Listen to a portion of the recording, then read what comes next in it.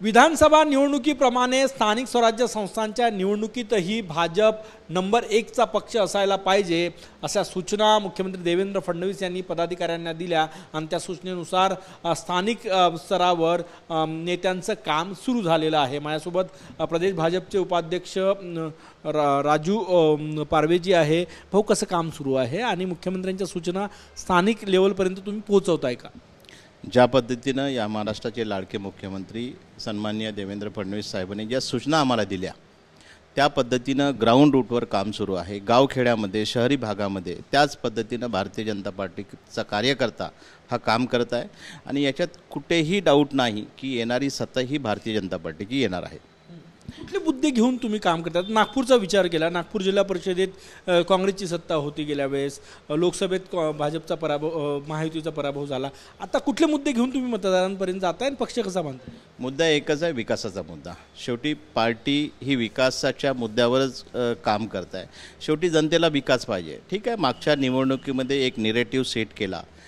लोकसभेच्या निवडणुकीमध्ये आपण बघितलं असेल की एक नॅरेटिव्हच्या माध्यमातून ह्या निवडणुका काही जिंकल्या असतील, पण आम्ही कुठेही न थांबता ज्या पद्धतीनं येणाऱ्या विधानसभेमध्ये ज्या पद्धतीनं भारतीय जनता पार्टी एक नंबरची पार्टी झाली त्याच पद्धतीनं त्या दिवसापासून परत एकदा येणारे स्थानिक स्वराज्य ह्या निवडणुका शेवटी कार्यकर्त्याची निवडणूक आहे।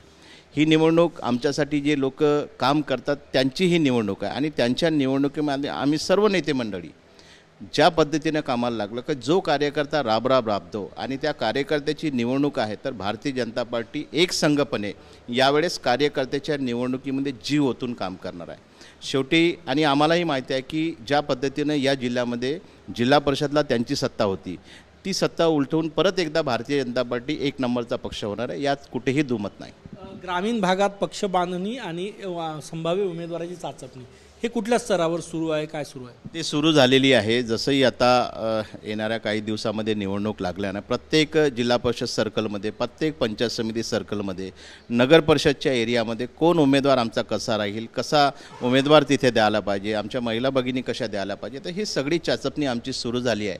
आम्ही सर्व लोक या जिल्ह्यामध्ये काम करत आहोत। आमचं ध्येय एकच आहे की या जिल्ह्यामध्ये एक नंबरचा पक्ष भारतीय जनता पार्टी झाला पाहिजे।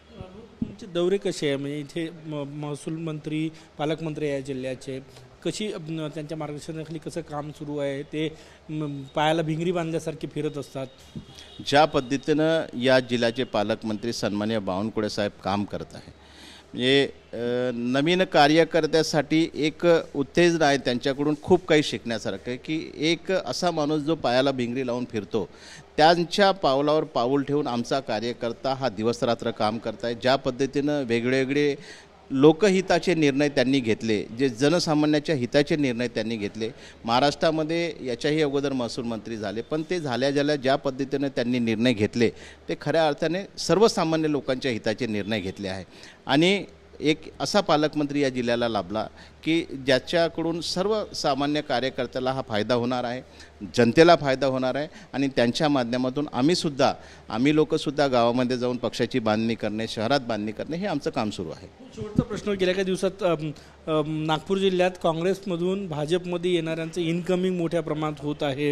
हिंगण्यात झालं, सावनेरमध्ये झालं, तुम्ही उमरेडमध्ये मोठ्या प्रमाणात करून घेतलं, मग भिवापूर असो का कुई असो, भविष्यात असं चालणार आहे या निवडणुकीपर्यंत? नक्कीच चालणार आहे। येणाऱ्या दिवसामध्ये बरेचसे पक्षप्रवेश आणखी होणार आहे।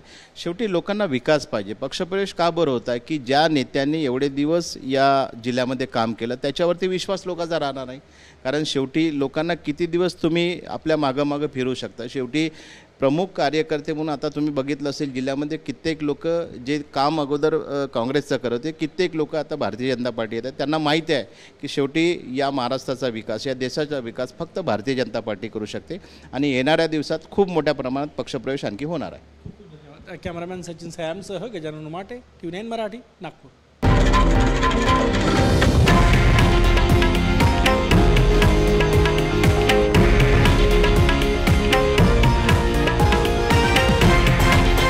हे आहे देशातील नंबर 1 न्यूज नेटवर्क आणि आपण पाहत आहात TV9 मराठी, एकमेव।